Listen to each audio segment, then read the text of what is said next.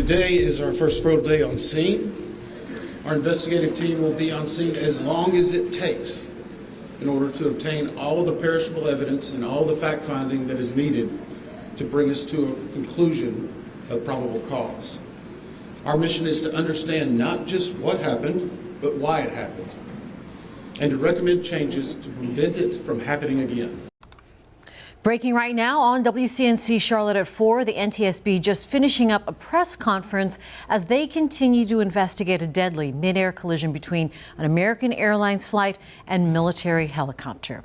Thanks for joining us here at 4. I'm Jane Monreal. And I'm Nick Sturdivant. At this hour, we can now confirm the flight crew on that American Airlines flight was based in Charlotte. The names of those 4 have not officially been released at this time. A preliminary FAA report also found that staffing at the air traffic control tower at DCA was, quote, not normal for the amount of air traffic and time of day the crash happened. Meanwhile, this video shows the moment the two aircrafts collided.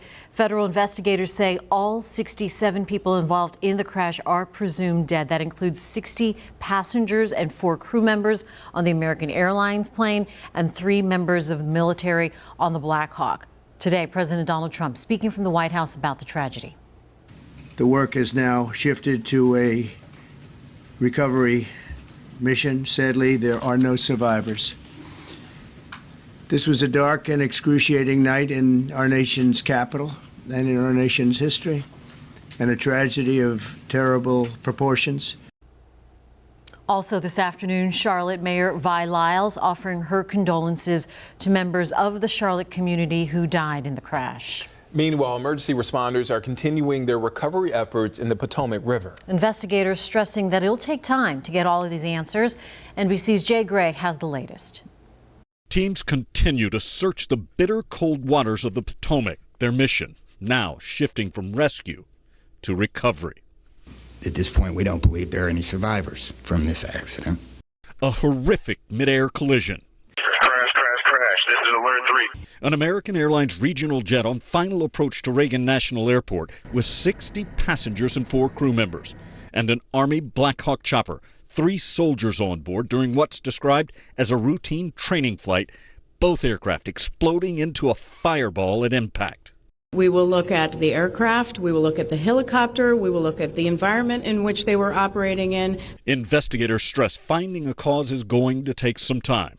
They'll analyze black box flight data recorders and cockpit voice recordings, as well as air traffic control communications, and eventually literally piece together the wreckage. That we are going to leave no stone unturned in this investigation. As that work continues, so does the difficult task of finding the victims. Dozens have been pulled from the crash site, crews promising to continue until all 67 who died are found. A group that includes several young figure skaters and their coaches. It's a close, tight bond, and I think for all of us, we have lost family.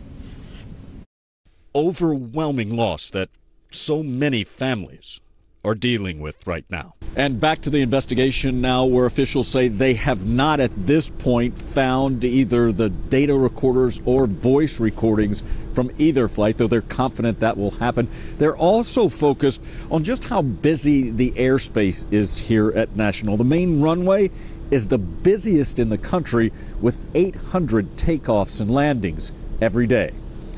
Jay Gray, NBC News, National Airport.